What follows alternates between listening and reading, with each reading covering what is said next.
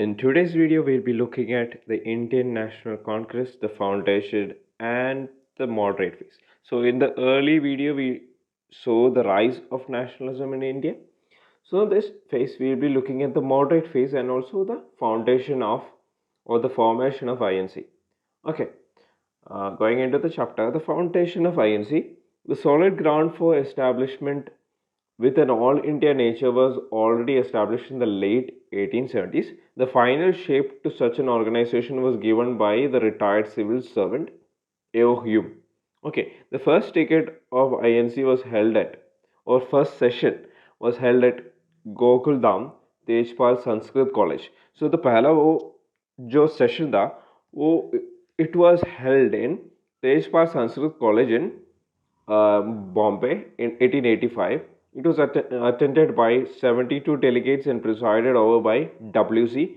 Banerjee.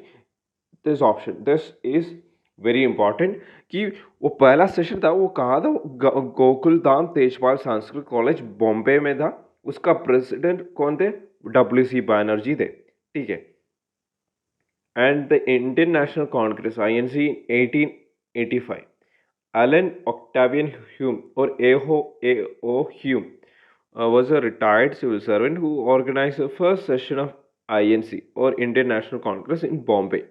The Indian National Conference session in 1883 and 1885 was organized by Surendranath Banerjee and Anand Mohan Bose. Okay, session in 1883 or 1885 it was organized by Surendranath Banerjee in 1883 and in 1885 it was by Anand Mohan Bose. The first session of INC was presided over by Vomesh Chandra Banerjee or W.C. Banerjee. वो कहाँ थे वो थे Gokul Dham Tejpal Sanskrit college Bombay and it was presided over by W.C. Banerjee. Okay. So what are the important things to be or what are the things to be kept in mind? कि वो थे 1887 में Syed Baharuddin Tyabji was the first Muslim president. वो first Muslim president of the session held at Madras. Okay, then 1888 में George Yule was the first English president of INC at Allahabad session. Then 1890 Kadampini Ganguly was the first woman to address Congress. However, Sarojini Naidu was the first Indian woman president of Congress in 1925 at Kanpur session. Then 1917 Annie Besant was the first woman president of Congress at Calcutta session. In 1924 only session presided over by Mahatma Gandhi was Belgaum session in 1924. It was in Belgaum. So Belgaum session it was presided over or the president was Mahatma Gandhi. So Annie Besant was the first woman president and Sarojini Naidu became the first Indian woman president. Indian woman president. Okay. Going again, the main objectives or aims of INC, it was to form a secular democratic national movement, to politicize and publicly educate people, establish headquarters of the movement, an all India leadership group, develop and propagate anti-colonial nationalist ideology. Okay, formulate and present popular demands before the government, develop and consolidate the feeling of national unity, and promote Indian nationhood. Okay. Then there's a big question. Was INC a safety valve? Safety valve theory, it states that modern historians it believe that बाकी वो अंग्रेजी थे वो ये कांग्रेस बनाया कि A.O. Hume was the man who created Congress. Okay. So it was basically, it is said that it was basically a safety valve to contain the growing discontent for British rule amongst Indians. Indian leaders used A.O. Hume as a lightning. Okay, it was believed as a British concept in which there was a lot of discontent. So they needed to avoid another 1857. So they could channel their anger. So Indians could channel their anger through INC. Okay, in a limited or in a moderate fashion. Okay. So this theory started that INC was state suggested that INC was deliberately found by the British to allow the Indians to release discontent. Thus, Hume convinced Lord Dufferin to not obstruct the formation of INC. Extremist leaders like Lala Lajpat Rai believed in this theory, but modern Indian historians dispute this idea. If Indians themselves initiated INC, the British government would have killed the idea in its track. That's for sure. Thus, it was beneficial that a British civil servant started this organization. Thus came A.O. Hume. It is said early moderates used Hume as a lightning conductor, okay, as a catalyst to bring together nationalist forces. So I hope that theory is clear for you guys. Then now we will be looking at the important sessions of the Indian National Congress and also their presidents and also the places in which it was held. Okay, first is in 1885, which we discussed earlier. It was in Bombay. W.C. Banerjee. First session attended by 72 delegates. In 1886, Calcutta. Dadabhai Naoroji was the president, and National Congress and National Conference. Okay, and in Madras we have Syed Badruddin Tyabji. Appeal made to Muslims to join hands with other national leaders. In 1888, we have Allahabad George Yule, first English president. Then 1896, Calcutta Rahmatullah M. Sayani, national song Vande Mataram sung for the first time. 1905, Benares Gopal Krishna Gokhale expressed resentment against the partition of Bengal. 1907, Surat Rash Bihari Ghosh party splits into extremists and moderates. 1909, Lahore, Madan Mohan Malviya, Indian Councils Act 1909 came into effect. So, okay, Morley Minto reforms. Morley Minto reforms. Okay, separate electorates came into being. That's basically what it is.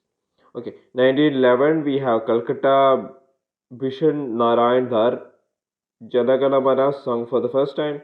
In 1916, Lucknow Ambika Charan Mazumdar, Lucknow Pact joint session with the Muslim League. 1917, Calcutta Annie Besant, then first woman president of INC. 1925, Kanpur Sarojini Naidu, first Indian woman president. Okay.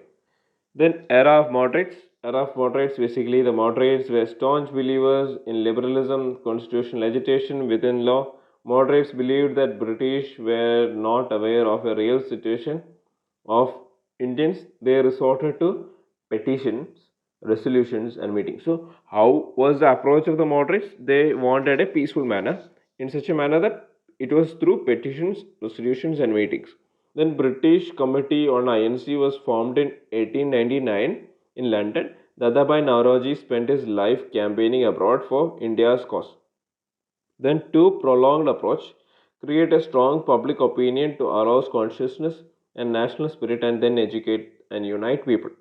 To persuade the British government and the public to introduce reforms in India on the lines laid by nationalists. So important moderate leaders were Dadabhai Naoroji, Firoz Shah Mehta, D.E. Vacha, W.C. Banerjee, S.N. Banerjee. They believed political connections with Britain was in India's interest and that time was not ripe to directly challenge the British Raj. Okay, so what were the demands of the moderates? He demanded additional members in imperial legislative councils and provincial legislative council to be increased. Okay, then second is election element introduced after some members were indirectly elected. Then budget could be discussed, questions to be asked. Okay, then what were the limitations? Additional members in imperial legislative councils and provincial legislative councils increased. Then election element introduced after some members were indirectly elected. Then budget could be discussed, questions could be asked. Non-official had no voice with official majority in the council. Budget could not be voted upon. It could not be voted upon. Amendments could not be made. No supplementary, no answers to be asked. Council met only 13 days a year. Okay. Then contributions of moderates and nationalists. First is economic critique of imperialism. Early nationalists led by Dadabhai Naoroji, R.C. Dutt and others carefully analyzed the political economy and put forward the drain of wealth theory. So drain of wealth theory, who put forward it? It was by Dadabhai Naoroji. Okay, to explain the exploitation of India. They opposed the transformation of self-sufficient Indian economy into colonial economy. जो कि वो पहला था, India was a nation anyway. It was actually group of nations, we can say, which were connected or interdependent on each other. Okay, in a subsistence economy, we can say. Okay, but when the colonial people came or the colonial rule came into being, actually the British, they exploited the resources of the country for their own personal gains. Okay, they wanted to create an opinion that the British were the major cause of Indian poverty. They demanded independent economy and involvement of Indian capital, abolition of salt tax, reduced land revenues, reduced military expenditure, and encouragement to modern industry through tariff protection and direct government aid. Okay, the constitutional reforms and propaganda in legislature. Legislative assemblies in India had no real power till 1920. The Imperial Legislative Council, constituted by the Indian Councils Act of 1861, was an important body designed to disguise official measures as having been passed by representative body. From 1885 to 1892, the nationalist demands for constitutional reforms were centered around two things. First is expansion of councils and greater Indian participation. Then reform of the councils, greater say and financial powers.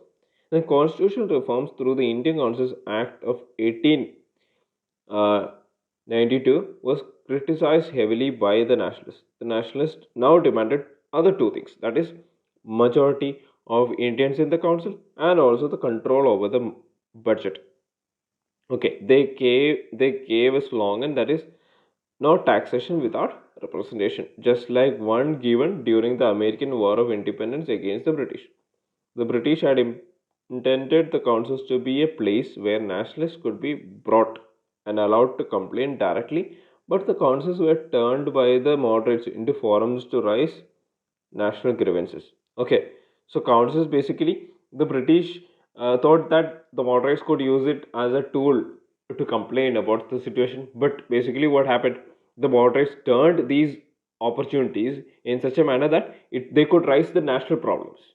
Okay, the early nationalists, however, failed to widen democratic base by not including the masses and demanding the right to vote for all. So, when we look at the structure of the moderates, basically they were the upper class of the upper class people or the middle class people. Okay, the moderates or nationalism by then hasn't penetrated into the deep roots or into the lower class of the society. Okay, so it was only in the later stages that it actually penetrates and becomes in the mass movement. Okay, the campaign for general administrative reforms, that is Indianization of the Indian government services, call to separate judicial and administrative functions, criticism of oppressive and tyrannical bureaucracy and judiciary, criticism of aggressive foreign policy, call to increase welfare expenditure, demand for better treatment of Indian labor abroad in other colonies. Okay, the protection of civil rights. Then that is through constant campaigning, the right to speech, thought and association and free press became an integral part of freedom struggle. Due to this consciousness, when Tilak was arrested for his speeches, there was a huge outrage in 1897. So, what was the government's response? It was hostile to the INC from the beginning. The official attitude stiffened after 1887 when INC became overly critical of colonial rule. the government now openly condemned INC, calling them seditious Brahmins. So even the government thought that the INC was basically founded by upper class Hindus. Okay, so they called them seditious Brahmins or disloyal Babus. The government later adopted divide and rule policy where reactionary elements like Sir Syed Ahmad Khan and Raja Shiva Prasad of Benares were encouraged to form the United Indian Patriotic Association to counter Congress propaganda. Okay, so I hope the moderate phase of the INC and also the formation of INC, which we discussed today, was productive, or you were able to understand uh, about it. So I hope today's session was productive for you guys. So until we meet again, God bless you all. Jai Hind.